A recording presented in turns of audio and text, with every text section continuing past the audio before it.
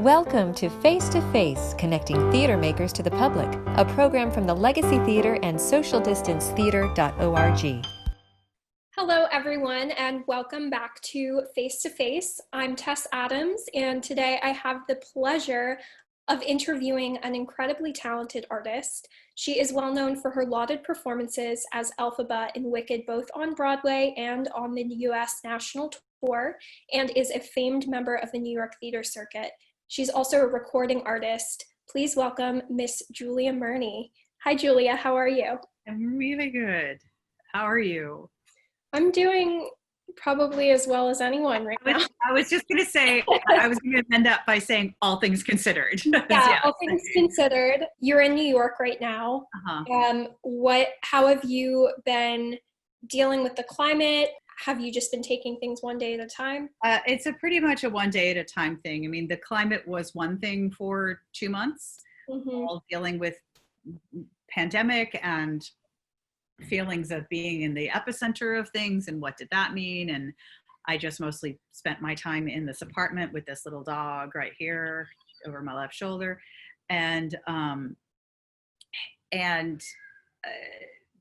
dealt with the emotions of this very wild, unknown thing. And then in the last 2 weeks, the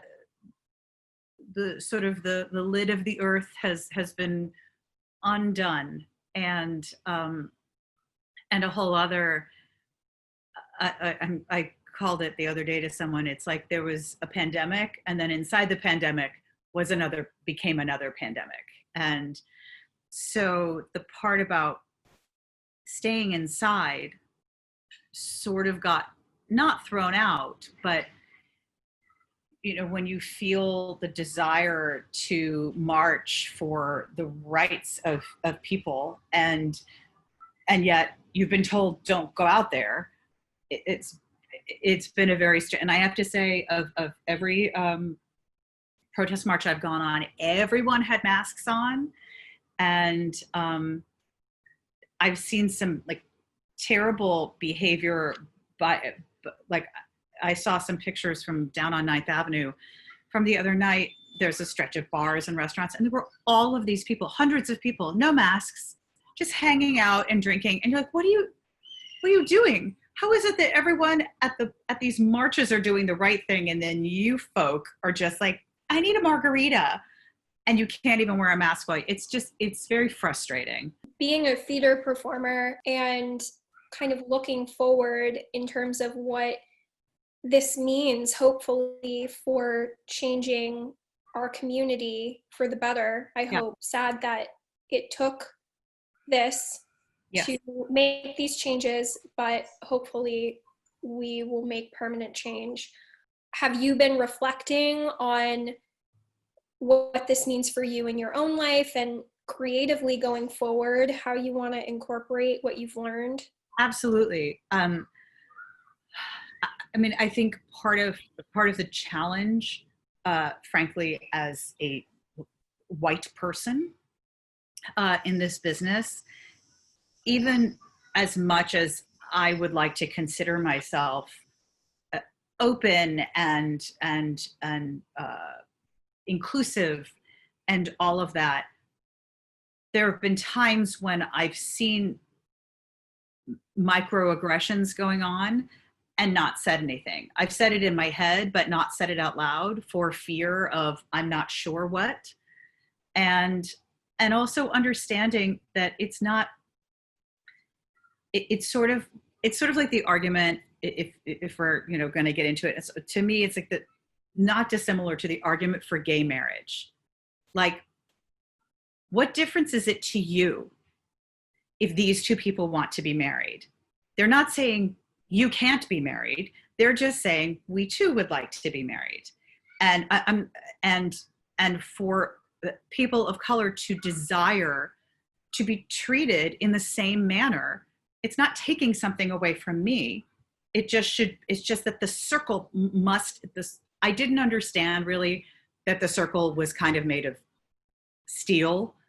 I thought it was sort of made of something much easier to pull apart. And instead we're discovering, okay, it's going to take many people to pull the circle. They cannot pull it themselves. And we have to get over whatever our fears are and realize it's not taking something away from us. It is expanding everyone's lives to have everyone included, for audience members to see themselves reflected on stage, and not just on stage, but I mean, the shows start up here and end up like down here with actors. But in terms of the creation of the shows, having people on creative teams who go, actually, here's my thought on that. And they're coming from a very specific angle that you can't come from unless you are that, in the same way I can't speak to, I don't know, like a gay woman's perspective. I can only speak to my cis perspective. I can say, I think probably a gay woman would XYZ, but I don't know. And so there is a lot of, I was speaking with someone actually just last night about this. We were talking about, I was trying to she was feeling panicky about, not panicky, it's not quite the right word, but just quizzical and feeling a little attacked while and I'm like, you know what? I think our job right now is just to listen and support. And it's just, as I was saying, you mentioned that you're in a small town and there've been this sort of community driven marches. That's brilliant. I mean, I would expect nothing less from New York City to be having as many marches as they've been having. I would be dismayed and shocked if that wasn't going on, and it is going on. But when I see photographs of one woman in some southern town, a white woman just holding up a Black Lives Matter sign, and you're like, get that done, ma'am, because that takes. It's easier to fall in with a group and nobody, like for her to stand there by herself because she understands the importance of it. And again, it's not to take anything away. And theater is tricky. Theater is inherently both inclusive in its we love the freaks and the geeks and all that sort of thing. And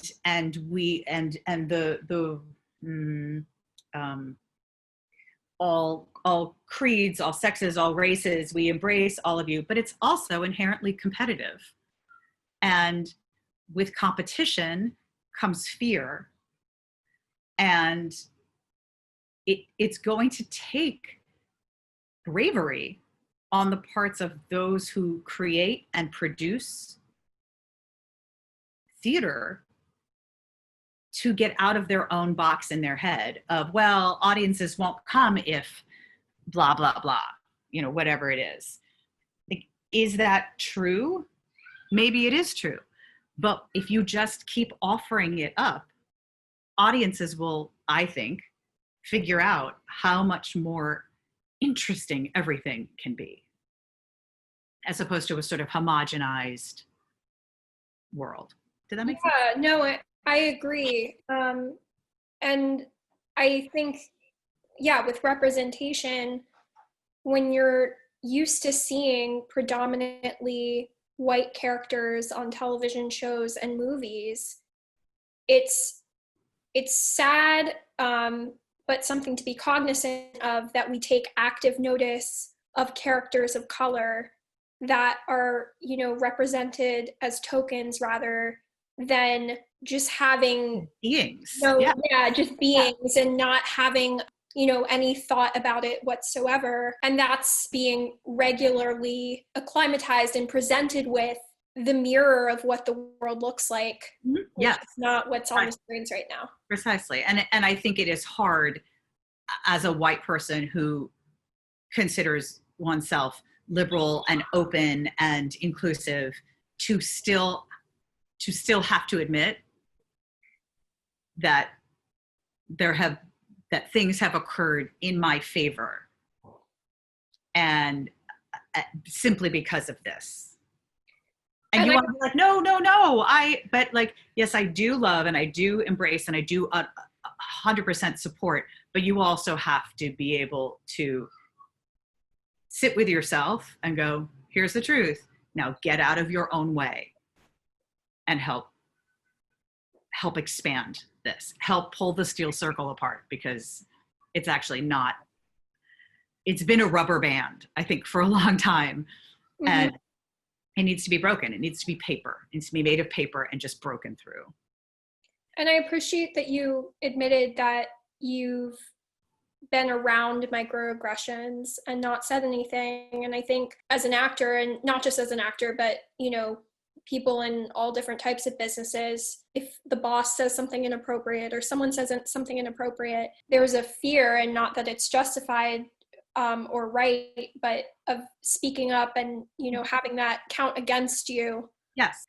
And so, yeah, my hope is that in theater environments in the future, that people are more empowered. I mean, I can think of like a couple instances where I felt like I was in a position to actually say something and mm-hmm. did, but the amount of instances when I did not far outweigh. Like, you know, just like, again, that microaggression kind of thing, like clocking it mm-hmm. and truly being like, wow, good for her. She handled that well. She didn't snap when you think you might snap if someone says something like that to you. Mm-hmm. But where I failed, where I fell short, was then not finding a way to put myself up and say at some point to that other person, you know, maybe don't speak that way, or don't whatever. And I don't know if I chalked it up to like, it's not my business or something, but it is your business. Mm-hmm. If the situation was different, if I saw a woman of any color, let's say, or a person, not have to be a woman, but like in physical danger on the street, I would try to help them. But the kind of sort of nailing against people that it does to the psyche of someone dealing with those kinds of microaggressions over and over and over and over again. I said to someone the other day, basically, as a woman, whatever it is that I've dealt with, if we could put it in baking terms, is like a hamburger bun. And what my friends of color have dealt with are like a millefeuille. Do you know what that is? It's like these little crepes that are like 1,000, like they've just got so many levels that they are constantly trying to tamp down. And they shouldn't have to. They shouldn't have to. They should be able to say, just please don't. Mm-mm. So, yeah. I had, you know, questions that I want to ask you, but I also wanted to take time to address this because I think it's really important. I appreciate it. It is important.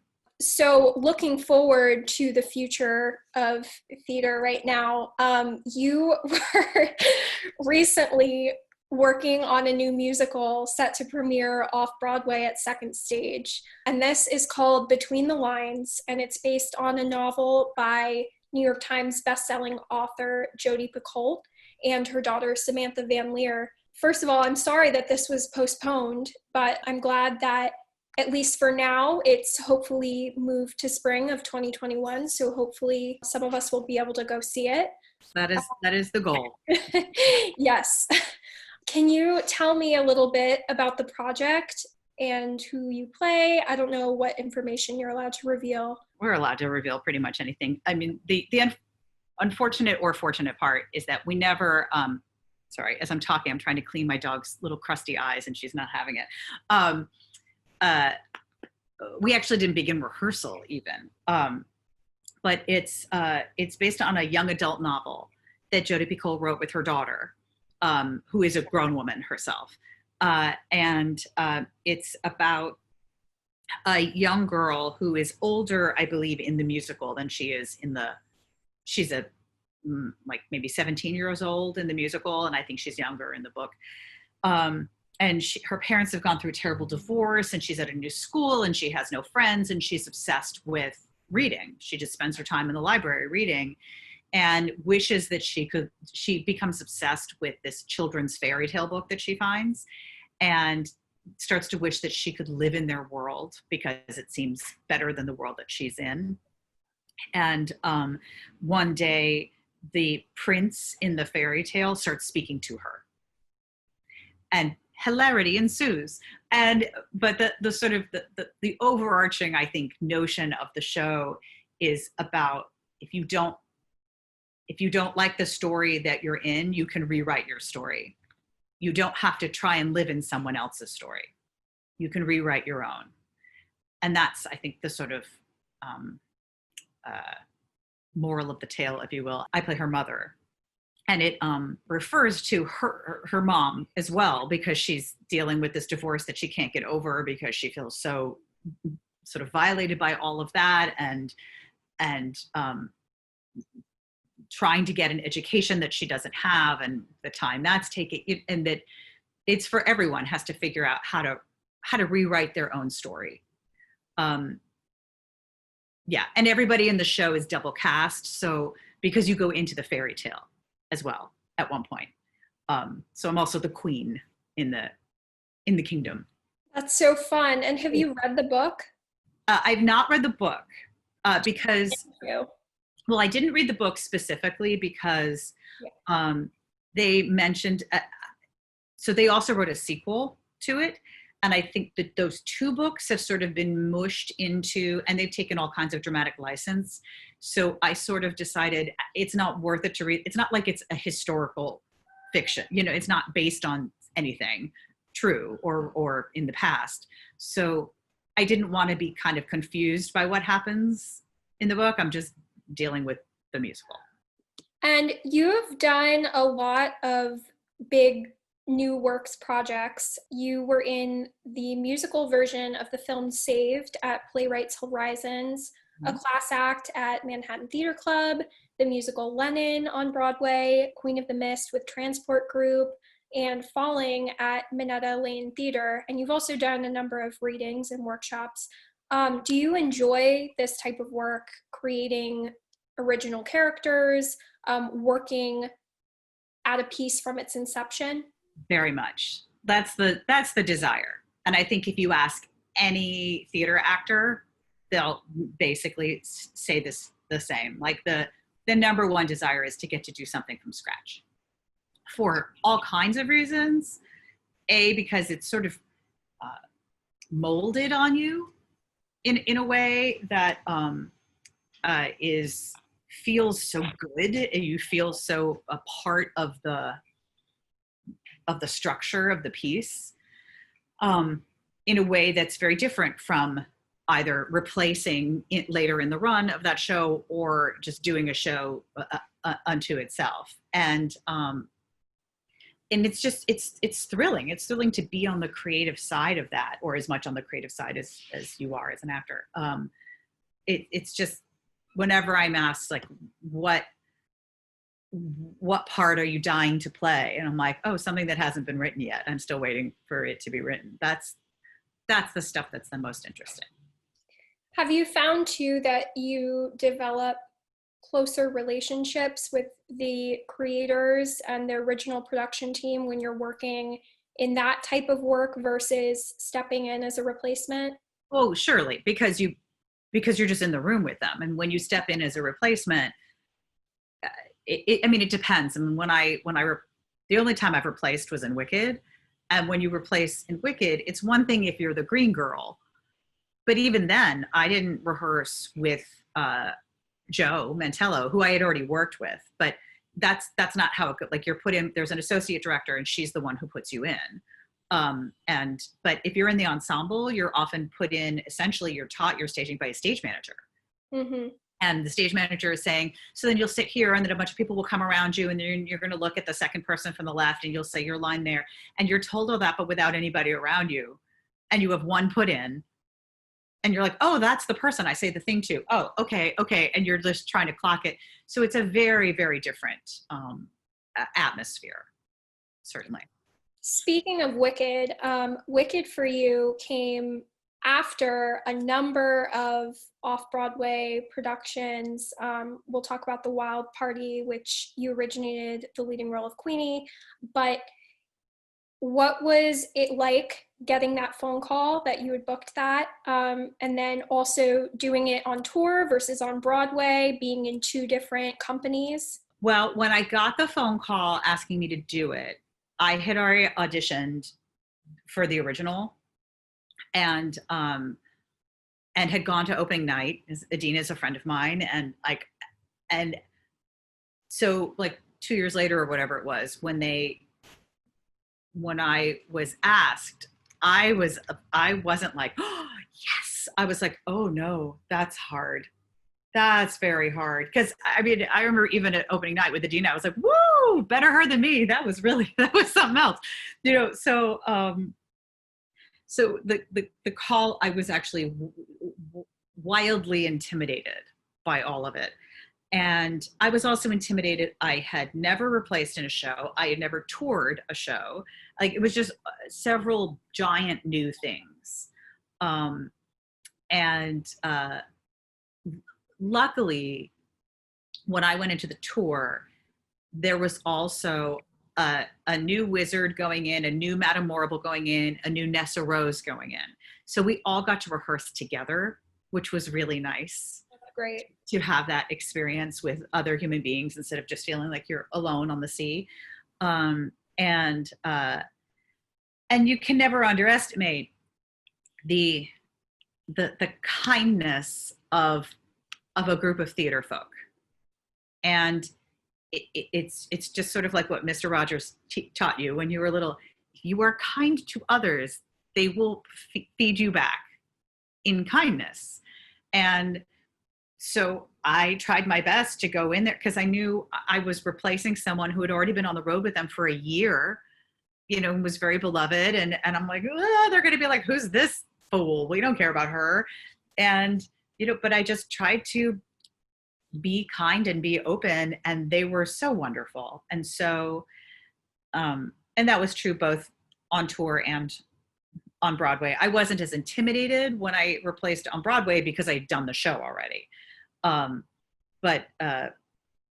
one of the big differences between touring and being in New York is that you're in a different city every few weeks, at best every few weeks, sometimes every 2 weeks. It took me several cities to not walk off stage after something and be like, where do I go? Because you get used to, because all of like the places where you're changing your clothes or getting your makeup touched up are always in different spots, depending on what the space is, whatever theater you're in, and where your dressing room is. It's all different. And you're just trying to figure out how to play this massive role. But after a while, it just, gets in you and you figure it out and you're able to roll with it. And the other big difference is that the stage on tour is a flat stage, and on Broadway is a raked stage. And the rake actually doesn't, to me at least, doesn't feel like much when you step on it. You're not like, whoa, I can't possibly. I also didn't have to do dancing. Like anybody who's turning or lifting people, I'm like, I don't know how you're doing that.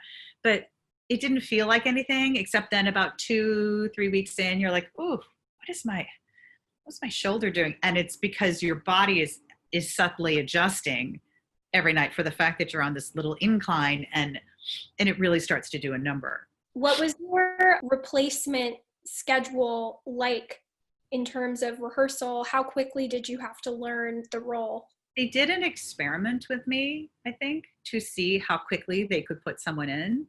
So I had 2 weeks.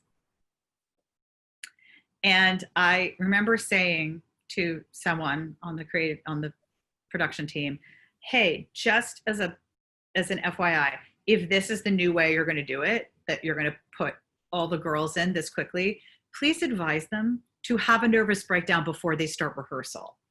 Because I did have a nervous breakdown before I started rehearsal, filled with like, I can't do this. Why did I say yes? I don't want to. And I thank God I did it before I started, because there was no time for it once I started. It was just go. So that part was really, and then for Broadway, it was nothing. I mean, I didn't leave the tour knowing that I was doing Broadway. There were several months in between. I can't remember, maybe 4 months or something. And so our put-in was very fast for Broadway. And on Broadway, it was myself and my Glinda and my Fierro. We were from the road. We were all going in together in New York. So at least we're like, okay, we know each other's show. We can figure this out. So I'm going to backtrack a little bit and talk about the Wild Party for a second. You created the role of Queenie in Andrew Lippa's The Wild Party, which debuted at Manhattan Theater Club, which you were nominated for a Drama Desk Award for your performance. And I read somewhere that you connected with Andrew Lippa through another audition. Yes. Way earlier. That's true? It is absolutely true. I had an audition for a show that was all Stephen Schwartz music, the composer of Wicked, but this was pre-Wicked even being, it was just a novel at that point. And I went to that audition, and Stephen was there, and Andrew was there, and Andrew was the music director. And so I met them both the same day, and I ended up doing that show. But before we began rehearsals for that show, Andrew contacted me and said, hi, do you remember me from your audition? I was like, yeah, I do. And he said, I'm doing a reading. I've just started writing this show. It's only the first act. Would you come and be a part of it? And I wasn't Queenie. I played May, who at the time was just a character in the poem, not who she became. And, but I very distinctly remember saying after the first day of rehearsal to someone, oh my goodness, this music is so good. It was just so good. Oh, my word. And so I was involved with the show literally from its first reading forward. I did every other reading with the exception of one. And it was a part of my heart. It is a part of my heart. And the fact that on that one audition day that I met and subsequently worked with these two men who significantly, both of them changed my life. Significantly. Stephen Schwartz had already changed my life because I had gotten my equity card doing Godspell in Rhode Island. He's changed so many people's lives without actually ever personally meeting. I think, as is Andrew, I think any writer, and I guess actors as well, you have this capacity. You will never know whose life you've touched just by doing what you love, because they watch you or they hear your writing or read your writing or whatever it is, and it sets them on a path of something. And every once in a while, and I think teachers, are the same way. You don't always know how much you mean as a teacher to a student. You don't always hear it. I feel very grateful to know that if I wanted to right now, I could just press my phone and call Andrew Lippa or Stephen Schwartz and say, I know them like that, and say, you changed my life, although they both know that. So I think I've made that clear to them. I love that. You were young when you did The Wild Party. I mean, it was in the early stages of your career. It was kind of your first big New York gig. What was it like creating a role that has now become pretty iconic? I mean, you wouldn't know that at the time, but having that be a part of your early career. It was everything. It was just what you think is what it was. No question. It meant so much to me that I got to be involved. I had done a few readings of not big deal things, but just of things. And then to suddenly be a part of this piece that I didn't know what it was going to do, but I knew that I fell in love with it. And to me, the show never felt like a failure. The goal was that it was going to move to Broadway. That was the goal from the drop. No secrets about it. We knew that was the goal. But I was like, we got to do that show. I got to do it. And we made the album. And that's what has allowed the show to live. Because that was back in a time before most things get recorded now. Because in terms of the distribution of the music, it's all digital. So that it's a much cheaper proposition than it was back then, when not only did you have to pay for the singers and musicians, the studio time and all that stuff, but then the other part of the money was getting it out there. So this was before digital was really a thing. So it's so I feel so grateful that we were able to make the album.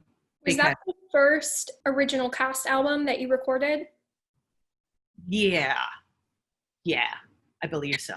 I mean, I'm trying to think, but yeah, I'm pretty sure. So you're featured on The Wild Party. You're also featured on A Class Act. And Andrew Lippa wrote a song for your solo album titled I'm Not Waiting. He also produced it. Oh, I didn't know that. That's amazing. He produced it, and it was music directed. I had 2 days in the studio. I made it very quickly. I basically made it as soon as I knew I was going to do Wicked. And one of the days was music directed by Stephen Aremus, who was the music director for The Wild Party and for Wicked. And the other day was music directed by Tom Kitt. And one of his songs I also sang on the album. But yeah, right before my first solo show, like days beforehand, Andrew called me and he was like, I wrote a song for you, which I had not asked him to do. But when someone says I wrote a song for you, you're not going to be like, well, thanks. You know, I was like, oh, okay, I guess I'm going to learn a new song and put it in the show. And it became a song that people really like. And now it's not only is it on the album, it's the title of the album. I love that. Do you enjoy recording work? Is that something you'd like to do more of? I do. I would love to. I mean, my deep heart desire is I want to do an animated film or series. That would be delightful. And I don't even mean in terms of singing necessarily. I just mean in terms of character and all of that. Recording is definitely different than singing live. There's no question about it. And it's very special. It's very special to be able. It's not like I consciously think of it, but because we're talking about it now, I'm like, how many albums have I done? Because you do a lot of sort of sidebar albums that someone's making that's not a show necessarily. And it's really nice to be involved in something like that and to feel like that's how, when someone comes up to me, usually it's because of Wild Party or Wicked. And Wild Party is from the album, and Wicked is from bootlegs, usually, frankly. Although I certainly have had plenty of people say, you were my first witch. You're my first Elphaba, which is a big thing. In Wicked land, your first witch, it's doesn't mean they're your favorite witch, but they're your first witch, and that means something to them. That's funny. I didn't know that was an expression, but I have had several. I think the saddest was I had a little girl once come up to me and say, you were my first Elphaba. I saw you in Detroit. And I did indeed play Detroit. And I was like, oh, sweetie, and this was only 2 years ago. And I said, how old are you? And she said, I'm 12. And I went, you didn't see me. Because she was an infant when I did it in Detroit. And I felt so bad because I ruined her day. I didn't mean to ruin her day. I should have gone with it. I blew it. Oh. Well, we'll wrap up with something more lighthearted. So our director of operations at Legacy, Mr. Colin Sheehan. Himself. And I was told that you were on a cruise in Alaska together. Sure. And you were meant to be singing with Seth Rudetsky. It's also true. And there was a large storm, and there's a story. Here's the story. So I learned that, so these were on, Rosie O'Donnell and her now ex-wife, Kelly, did these gay family cruises called Our Family Vacations. And Kelly still has a whole travel empire for gay families and gay vacations and whatever. And so they did, I don't know, maybe 5 years of them or something. And I did 3 of them. And so Rosie would just get Seth and they would call all their Broadway friends and we all got to go on these cruises. And it was like, yeah, I'll do that and sing some songs. Sure. So one of the cruises was to Alaska out of Seattle. It was while I was doing the Wicked tour, and I actually had it in my contract that I would have that week off because I loved going on those cruises so much, because you felt like you were in the utopia of what the world should be, where there are moms and dads and a mom and a dad, and they all have kids, like it's all fine and nobody's freaking out and it's just normal, and it was delightful. And so I went out on the cruise, and one of the last nights, it was like the second to last night. So you go from Seattle, you go up to Alaska, and when you come back down, there are 2, I'm probably misspeaking on this, but there are 2 like different water currents that meet at this point. And it is very possible that on those cruises going back to Seattle, you can hit rough seas. I had heard that from someone. I definitely like knew about it in the back of my head. So the night of that was a comedian's night, and Seth Rudetsky was hosting, and it was maybe 4 or 5 stand-up comedians. And then in between the comedians, Seth would do his deconstructing things. And then I was going to sing as a surprise at the end. I was actually going to sing the lesbian love story song from The Wild Party, which I had never sung before, but I was like, it's funny. So you wanted a funny song on the comedian, whatever. And the ship was literally, it was explained to me later, going like this over the water. This huge, huge ship. There were barf bags tucked all over the ship in all different, and it was very interesting because it's clearly something about like half the ship or whatever was down for the count. Out. They were either sick or lying down so they didn't get sick. And then the other half of us were sort of okay, oddly. So as the comedian's night is going on, I'm sitting there and we're like crashing and people are leaving in droves. At one point I went backstage and I was like, Seth, I do not think I should sing. I think we should just wrap it up when this is over. He's like, no. It'll be like a present for the people who actually stayed. No, you should. I was like, okay, fine. So finally the last comedian goes, and Seth calls me up, and I walk up onto the stage from the audience and I pass him sitting at the piano, and I go to the microphone, and immediately I realize I have to take my high heels off because it's madness. There was no way I was going to stand up in them. So I take my shoes off and I say, everyone, for those of you who have stayed, thank you for staying, Seth and he's not at the piano, and he had just been there 30 seconds earlier. And I'm looking, and I look into the wings, and all I see are the soles of Seth's shoes because he is flat on his face out. And I just turned to the piano. I went, thank you so much for coming, everybody. Good night. Get back to your rooms. There was no singing. That did not happen because it took everybody out. I wonder if you have to ask Colin if it took him out. I can't remember. Yeah, I don't know. Well, that was very funny. I enjoyed that. At least you got a nice trip to Alaska. I did, and it was so beautiful. It's so beautiful. I highly recommend it.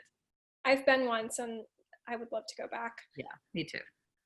Well, Julia, thank you so much. This has been an absolute pleasure. And thank you. And we are so thrilled and thankful that you could be here with us today. Well, I appreciate it. And, everybody stay safe, do your thing, support those who need it. And, theater will get back when it feels like it's okay. Because, we all want it to come back. No one's voting for it to go off the island. It's just, we hope as much as you do. Amen. Yeah. Thank you for joining us on Face to Face. We would like to thank our sponsors, Oak Tree Development and the Community Foundation for Greater New Haven, and Brad Ross for the themed music. You can follow us on legacytheaterct.org.